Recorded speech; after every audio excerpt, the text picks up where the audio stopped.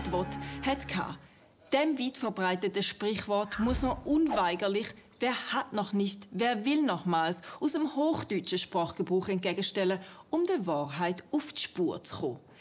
Diese Frage beantwortet über 67,9% aus allen Schweizer Haushalten mit einem klaren «Ich!», obwohl alle in der Schweiz wohnhaften Personen laut UNESCO bereits vor allem schon mehr als genug hatten. Allen voran die 3 grössten Bevölkerungsgruppen, also Kind, Fasnächtler und Banker. Man muss sich also fragen, gibt es überhaupt jemanden in diesem Land, der bereits hat und eben darum nicht mehr will?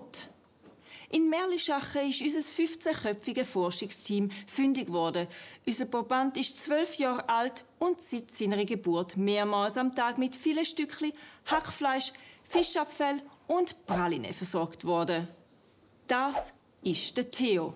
Und mir wird's nicht glauben, diese Servola hat der Theo wirklich nicht mehr fressen. Aber lange das für einen Beweis? Wer nicht will, hat, stimmt das oder nicht? Wir machen den Check. Natascha, willst du mal abbeissen? Wer? Hau ab mit dieser Wurst, ich habe gerade zum Mittag gehabt. Johann? I already had lunch. Stefan? Ich bin allergisch. Mein Name ist Pina Carina und ich stelle fest, es stimmt.